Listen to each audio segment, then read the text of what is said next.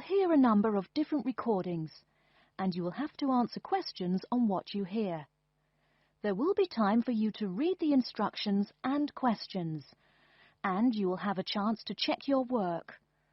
All the recordings will be played once only. The test is in 4 sections. At the end of the test, you will be given 10 minutes to transfer your answers to an answer sheet. Now turn to Section 1. Section 1. You will hear a conversation between a housing agent and a college student who wants to rent a house. First, you have some time to look at questions 1 to 4.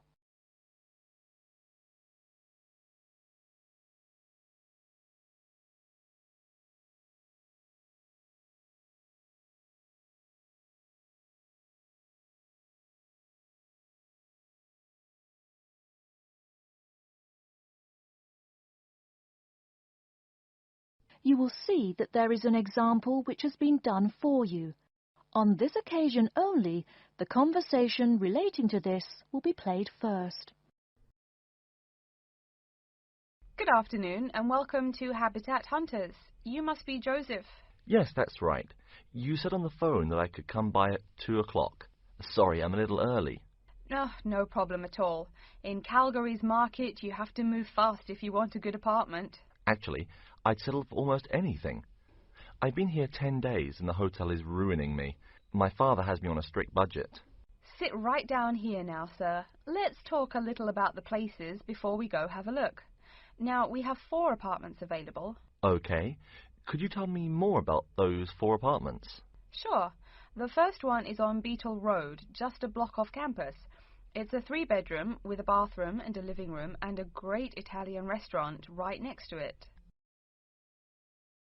The agent says that the first apartment is a 3-bedroom apartment with a great Italian restaurant right next to it. So, restaurant has been written in the space. Now we shall begin. You should answer the questions as you listen, because you will not hear the recording a second time. Listen carefully and answer questions 1 to 4. Good afternoon and welcome to Habitat Hunters. You must be Joseph. Yes, that's right. You said on the phone that I could come by at 2 o'clock. Sorry, I'm a little early. Oh, no problem at all. In Calgary's market, you have to move fast if you want a good apartment. Actually, I'd settle for almost anything. I've been here 10 days and the hotel is ruining me. My father has me on a strict budget. Sit right down here now, sir. Let's talk a little about the places before we go have a look. Now, we have 4 apartments available. Okay. Could you tell me more about those 4 apartments? Sure. The first one is on Beetle Road, just a block off campus. It's a 3-bedroom with a bathroom and a living room and a great Italian restaurant right next to it. How much? Well, it's $435 a month, including internet and utilities. Okay, that sounds reasonable. Any drawbacks to the house? There's a really big garden, but it hasn't been taken care of over the years and is just too big to clean up nicely. That sounds okay. Tell me about the next option. The other 3-bedroom apartment is on Oakington Avenue on campus. It is right near the building where you have classes, and the kitchen and living room are newly furnished. Wow, that sounds like a pretty good option. Well, it is a cool apartment, but since it's a dormitory, the living room, bathroom, kitchen and washing machine are all shared. It would be nice not to have to buy living room furniture, though. And how much is this one? $400 per month for a bedroom with an air conditioner. For a bedroom without an air conditioner, you would pay less, $340 for it. Yikes. Even with the air conditioner, it sounds really inconvenient to have to share facilities. I'll never cook if I have to walk down the hall to use the kitchen. Yeah, that's true. Before you hear the rest of the conversation, you have some time to look at questions 5 to 10.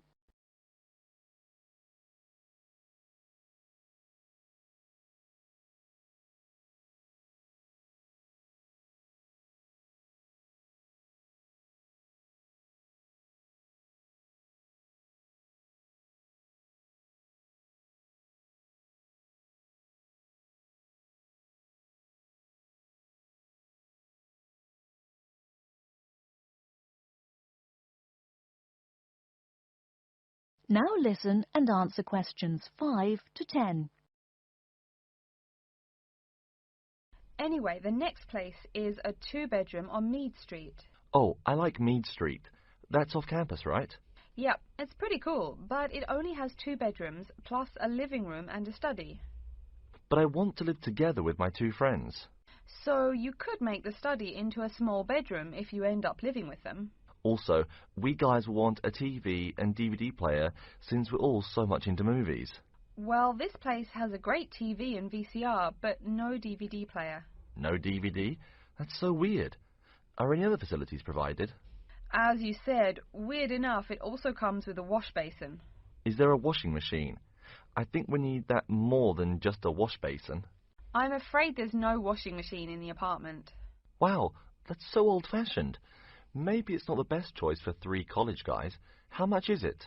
Well, it's $600 per month, but of course it would be cheaper if you made it into 3 bedrooms instead of 2. Where is the apartment located? It's 2500 Mead Street, where there are a lot of bars. It would be affordable, but it would get pretty noisy. And that sounds really expensive for an old place in a noisy area. How about the last place?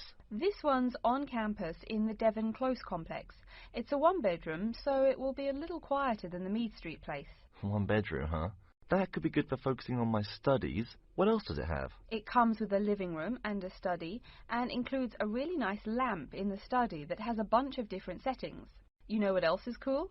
There's a dining hall downstairs, so all evening meals are free. You can purchase breakfast and lunch, but meals after 6 p.m. are free. Wow, this place sounds too good to be true.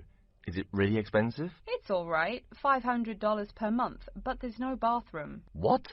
No bathroom? Well, there's no bathroom in the apartment, but there's one at the end of the hall. Thanks. I think now I just have to decide whether I want to live alone or not. Yeah, which one do you prefer? I think I'd choose either this apartment or the one on Beetle Road. Okay, you'd better think about it, and then you can contact me ASAP. Fine. Thanks for your help. You're welcome.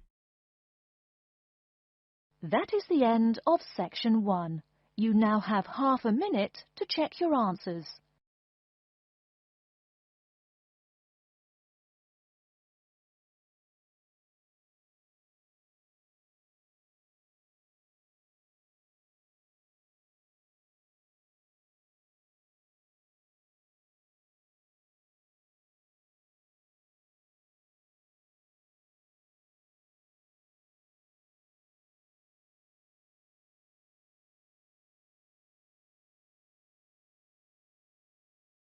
Now turn to section 2.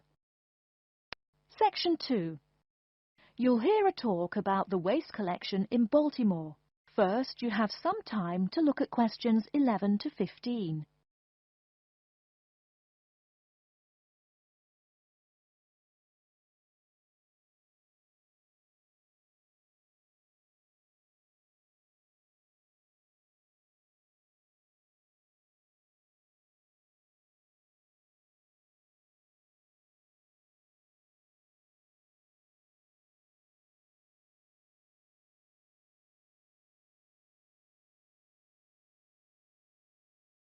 Now, listen carefully and answer questions 11 to 15. Hi folks, my name is Loretta Johnston, and I'm here from the Baltimore Department of Public Waste. Thank you for coming out to our community meeting tonight. I've got a few words to say about the waste collection here in Baltimore. First, there's the sorted collection bins themselves. They're made of sturdy, solid material, so none of your trash can seep out or puncture the bin.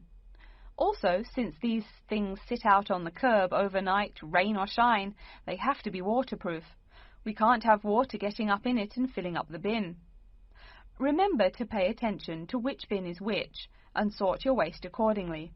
You should have a blue or green bin for recyclable garbage, a yellow bin for unrecyclable garbage, and a red bin for toxic waste. Our citywide waste management is divided into 2 services. The first is commercial waste collection, or trash collection from buildings. The majority of building waste is paper, which goes in the blue or green bins. You'll notice in your office buildings there are signs that warn you not to overfill these bins. All that paper adds up, and an overflowing bin is infinitely harder for collectors to carry to the truck and empty. Aside from paper, another large source of building waste is metals. Metals such as tin and aluminium can be put in the yellow recycle bins, but metals like lead and copper should be disposed of in the red bins. These heavy metals are harmful to the environment and exacerbate our city's existing pollution problem. That's about all the information you need for building waste. Moving on to the second service, household waste collection is probably what you primarily think of when you think of what we do here. Many of the same guidelines apply, the sorting is the same, etc. Please remember to keep garbage like kitchen waste in a plastic bag. It makes collection easier and lessens the abominable rotten trash smell. Before you hear the rest of the talk, you have some time to look at questions 16 to 20.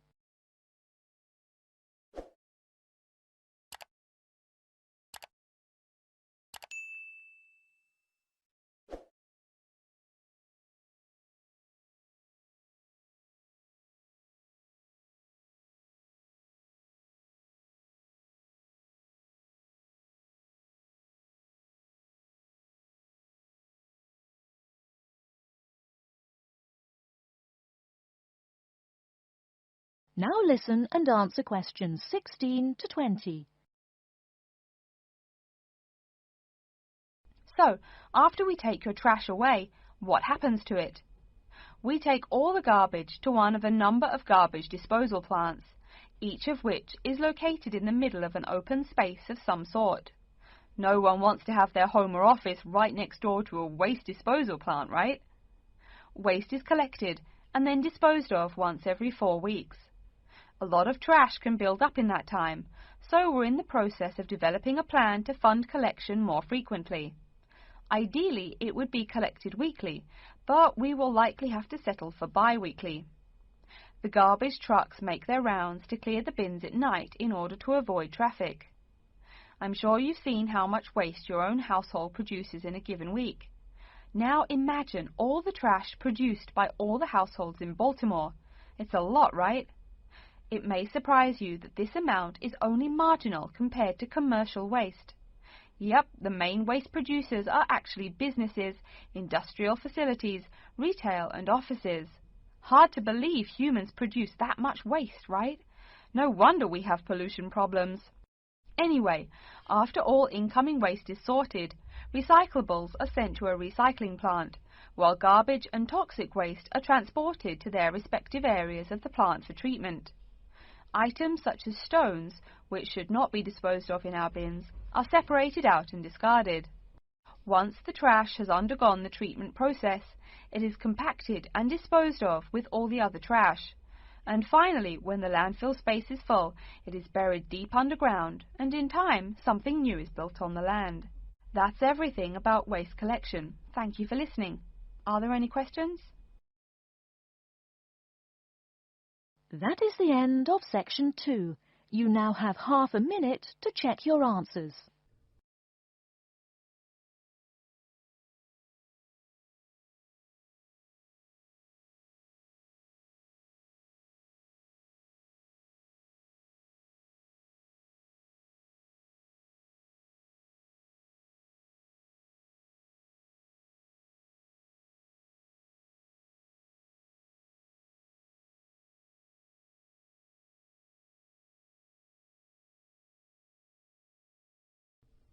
Now turn to section 3. Section 3. You will hear a student called Julie talking to her classmate named Ricky about a new essay that Professor Johnson assigned. First, you have some time to look at questions 21 to 24.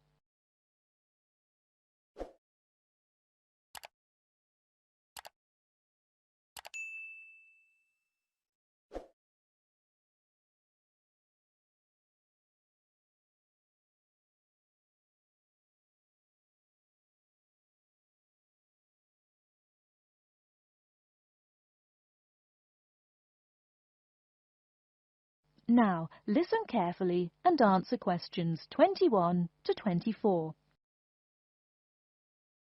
Hi, Julie, it's Ricky. Hi Ricky, how are you? I noticed you weren't in psychology today. I'm feeling sick, so I didn't go to school today. Would you mind telling me what I missed in class? Sure thing. I'm sorry you're not feeling well. Anyway, we spent most of the class talking about a new essay that Professor Johnson assigned. You need to choose one of the bold headings from the note system and research it. Wow, I picked the wrong day to miss class, huh? You sure did. Could you tell me the specific requirements of this paper? Sure. You need to find scientific research that supports your claim as one of your references. It can be from some of the case studies we discussed in class, or you can find your own. Or even better, you can conduct your own research. I'm sure that would get you an A. Have you decided what you're going to do yet? Also, where are you getting your references? Yeah, I'm going to research facial recognition by infants. I've already found a few experiments in scientific journals. That would probably be a good start for you. There are tons of journals in the library. Great idea, thanks. I'm considering writing my essay on the effects of one of the psychotropic drugs we talked about in class. I'm sure there is lots of stuff about it on the internet. Are we allowed to use information from the internet? Sure, you can use that as long as it's not your main source for information. You'll probably want to cite some of the experiments we went over. Good idea, thanks. I'm going to try to find some information from a bunch of different sources. Before you hear the rest of the talk, you have some time to look at questions 25 to 30.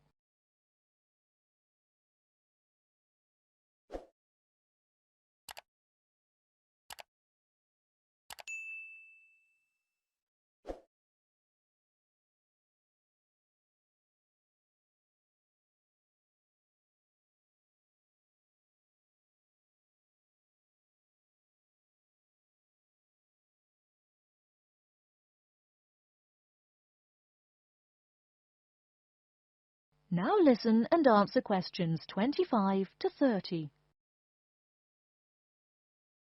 Are there any specifications on how the essay should be written? Yeah, Professor Johnson wants it double-spaced. It should be between 6 to 10 pages long. 6 to 10 pages? That's so much. Oh, it's going to take forever. I know, the whole class groaned when he said that. Anyway, you also need to put the title in italics and... Wait, each section heading or just the main heading? Only the main heading should be in italics. I think section titles are supposed to be in the same format, but maybe in bold. You'll have to check that in class next time. Oh, okay. So I take it that the report has to be typed, since there are so many requirements. What are the other formatting requirements? Yep, it's got to be typed. Aside from that, there are still a few more specifications. You should number each page. Make sure it goes up in the top right corner. Okay, I'll make sure to write that down. I always forget to number the pages. Do we need to title and date each page too? You need the shortened title on every page, but no need to include the date. That should just be on the cover page. Okay, thanks. No problem. Also, make sure the margins are 3.25 pixels wide. What? I'm not even sure how to do that. Oh, it's okay, I can show you. It's really easy. I think that's all the directions he gave us. A lot of formatting requirements, but we have the freedom to research many things that we like, so that's good. Oh, I almost forgot. Remember to put down your ID number on your report. Thanks so much for your help. I'll see you in class Monday. No problem. Glad I could help. See you later. That is the end of section 3. You now have half a minute to check your answers.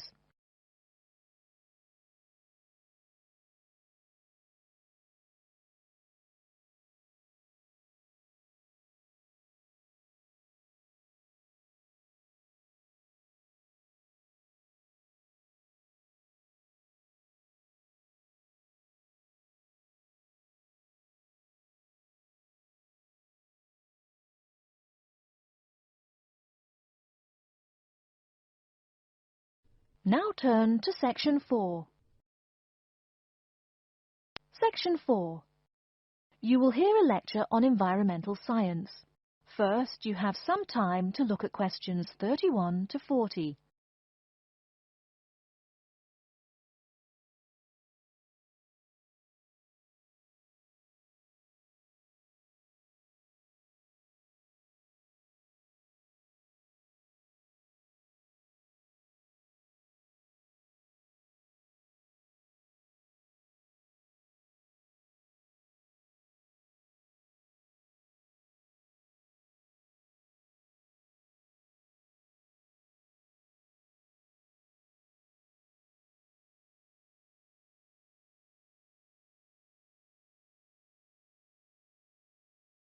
Now, listen carefully and answer questions 31 to 40. Good morning and welcome to yet another lecture in environmental science.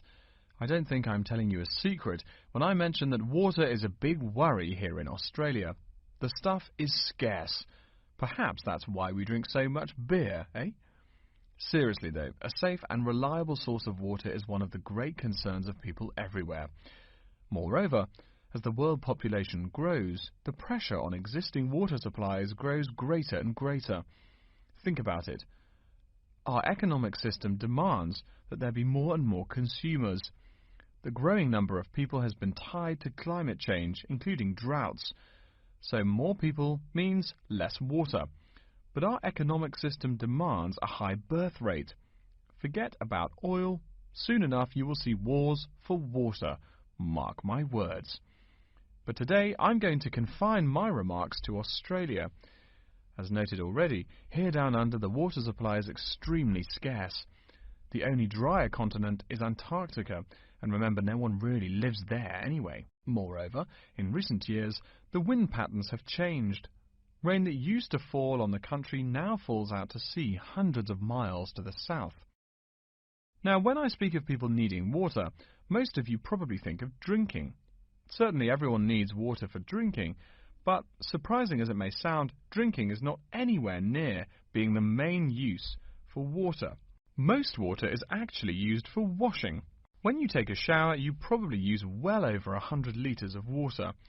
Every time you flush your toilet, that's about 8 litres, but most people drink no more than 2 litres or so per day. So, where to get water? It could be obtained from rainwater, but often rainfall consists of other harmful pollutants that evaporated with the water. In fact, acid rain, an intense example of this, causes harmful effects on the wildlife of the habitat on which it falls. Water from underground could also be used, though it is more difficult to contain and often must go through an extensive cleansing process. The purest water is found in rivers, creeks, lakes and dams. And, sad to say, Australia has precious few of these. Really, how many of your hometowns have rivers? Year-round rivers, I mean. The soil tends to be sandy, so water soaks into the ground. Many places are rocky too, so 87% of the rainfall is lost to evaporation. That's almost twice the evaporation rate in my native Canada. Speaking of rain, we already heard how rainfall is diminishing here in Oceania. The quantity itself isn't the only problem either. Going back to the problems with obtaining rainwater, a further problem is that rain is a useful source of water only if air pollution is fairly mild. Again, you're in a situation where you can't win. You need water where most people live. People tend to build cities where rainfall is adequate, but then modern cities tend to feature polluted air, which renders the rain far less easily usable. Okay, let's take a look at the table here. You'll see it showing the relative pollution of rainfall in the world's cities. The more people, the dirtier the rain. This is becoming a huge concern for people in the West, who want their water to be pure and safe. Though reliable drinking water is important everywhere, the concern in the West is reflected in all the government regulations and political campaigns aimed at solving this problem. In contrast, there are not as many demands made on the governments in Asian and African cultures to improve the water, as their focus is on other issues. Now, whatever the source of water, we can never afford to forget that all water is highly vulnerable to contamination. Whether we're getting it from the ground, from bodies of water or rainfall, it is susceptible to a variety of toxins.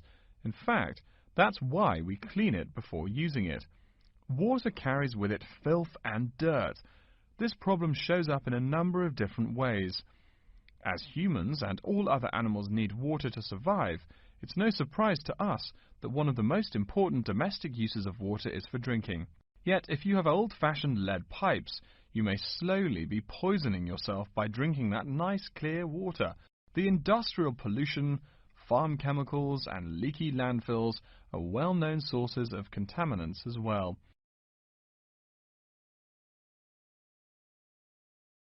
So what is being done to ensure we Australians a safe and steady supply of drinking water?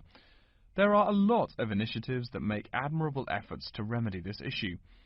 We'll be talking about this when we meet again on Thursday, but as a preview, I can tell you that so far the amount of real solutions that have been produced is not nearly adequate. Traditionally, we've been very free in this country. That means that every person and every province tend to go its own way. So the mechanisms for water management are, in a word, insufficient. To begin seeing how this is so, I want you to read something before our next class. Though a lot of previous data on water usage and water management are inconclusive and have thus caused quite a concern, we can learn a lot from the contents of reports written on the subject.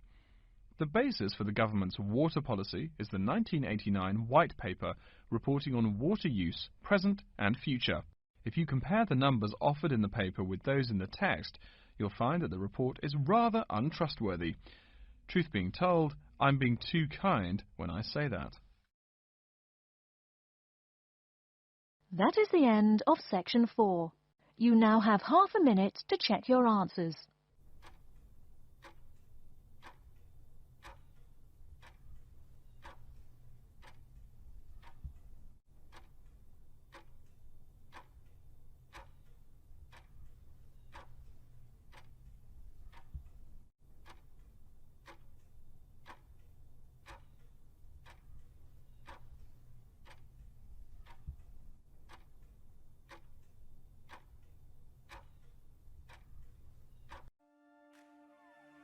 That is the end of the listening test. In the Ielts test, you will now have 10 minutes to transfer your answers to an answer sheet.